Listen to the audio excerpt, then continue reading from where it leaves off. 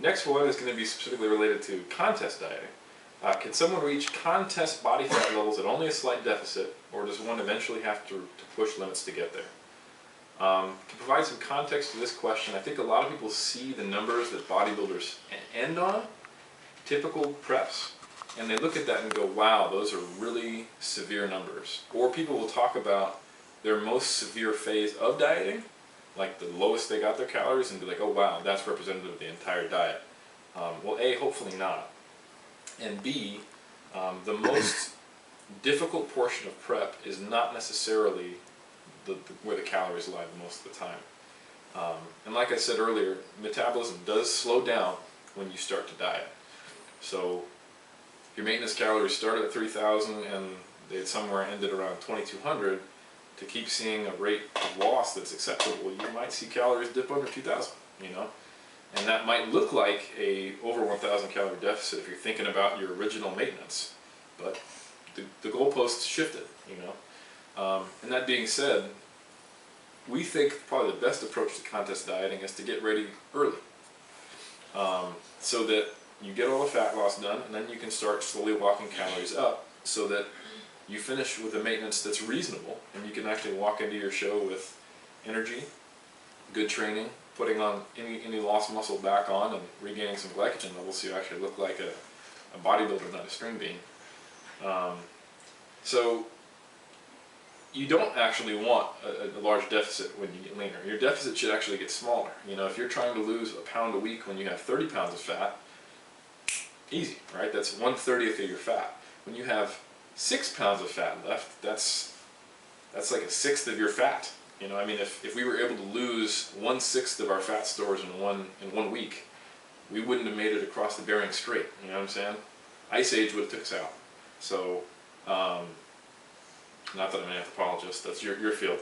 But, so no, you actually want a smaller deficit the leaner you get, and you want to do everything in your power to keep your maintenance levels as high as you can so you don't have to go to super low levels. And if you do, it's only temporary. Bert? And yeah, you know, like I said, a lot of guys see where their off-season calories at and where they end up. Well, there's two big things. For example, if you're a 200-pound guy and you're pretty active, pretty decent workload, and you're eating like 4,000 calories, for example, just to hold on to weight, you gotta look at the big the thermic value of all that food, you know, and just from the first cut we lose a big chunk of that. And then another thing that comes is when you get close to your lower end set points, you know, your body starts to do all these really funky things because you're really asking it to do something that's very unnatural. And in the case of a competitive bodybuilder, it goes past that, you know. Very few people, you know, have their off-season calories here, and then this is their get shred calories. And off the top of my head, think of one guy, and that's, you know, Ben Goins, who off-season 450 carbs, you know, get him huge, and then cuts it down to 300, 350, and gets shredded, you know. Same thing with me, off-season, you know, I have to eat most days anywhere from 600 to 800 grams of carbs just to feel good and hold on to it. Asshole! But there was a few weeks where I was down to 350, you know, and that felt horrible. You know, that was under 3,000 calories, which for me it feels pretty darn bad. Once again, competition shape is very different from getting to beat shape. It's very extreme. It's not six-pack abs, so you're gonna see calories dip pretty low in most cases. But like Eric said, if you get ready early, bring them right up, and it doesn't have to be that uncomfortable. And the last question, I think that's probably a good place to end, as we've talked a lot here, is there almost always strength loss when cutting? And I think the great leave off from where Berto finished is to say, competition bodybuilder, getting in beach shape, they sound similar, but they're pretty much on different planets, okay? To give respect to that, my last prep, I prepped for 8 months, and it ended quite well. I ended up winning my first show, I looked my best, it was very successful. That being said, even with it being a successful prep, in the very end, I saw strength loss. In the last, I want to say 8 weeks, I probably dropped about 10% on all my lifts and a lot off my bench press. However, getting to 6 pounds heavier than that, which would be about 8% body fat legit, which means 8 or 9% legit body fat, which is really damn lean. That's most your average fitness model. So pretty much where most people are not competing and want to get to. I maintained or gained strength for 6 months straight, going from 200 to 180. The one place I did see a little dip or a difficulty is in pressing strength, and I can't tell you how common that is. People will maintain leg strength and leg musculature and have a difficulty holding on to their pressing strength. I think a lot of that has to do with just the fact that we spend so much time on our feet, and essentially everyone on the planet who has the use of their legs is going to have a much higher training load on their legs. So they tend to be, at least, and this is speculation, you just see a lot less of a dip in strength of people in the legs, but you will see a little more in pressing in the upper body. But yeah, if you go on a regular cut, lose 10 pounds, get yourself to 12% body fat, like the way you look. If there's strength loss, to be honest, you're probably not dieting or training as best as you could be, in my opinion. Okay, and let's see, to add to that, if anything, like I said, if you're getting to 12%, you're losing strength, and you're feeling like crap, and it's just, you're having a really tough time, then yeah, there's definitely something wrong.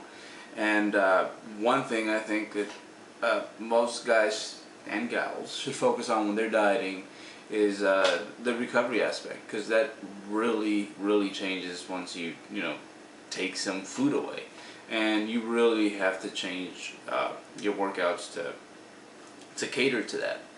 I think if you have a program that takes into account that you're not eating as much, you can hold on to quite a bit of strength. Like Eric said, usually all the lifts where there's a barbell that you're holding on, whether it be over you or on you, that's you might lose a little bit there because of leverages and other reasons that Eric talked about, but it doesn't have to be too much. And I'd hate to give a number, but I'd say for the most part, a good goal would be to hold on to 85 to 90% of your strength on most of your big lifts, and that's actually very doable. And again, it takes a program that really takes into account that you're not recovering quite as fast, and a lot of guys out there dig bigger holes by, if anything, making their workouts a little longer because they're cutting and they have to bring it and whatnot. But yeah, taper that volume, and remember, you're not eating as much, and you'd be quite surprised as to how much you can actually hold on to when dieting. And to add to that, you also need to take a step back out of this 20-week period or something like that. So for example, I started competing in bodybuilding in 07, and it's now 2012, and here was my strength level in 07, here was my strength level in 09, here was my strength level in 2011, each time I competed. It's still gone up. And sure, my off seasons were a little higher than that, but like my 2008 off season, my 2010 off season, and now my 2012 off season, each time I'm stronger. So it might do this, but as long as you back up and it's doing this, then you're good to go. So look at the big picture. You're always going to be stronger in the off season than the on season, but as long as you're stronger this off season than last off season, then you're headed in the right direction.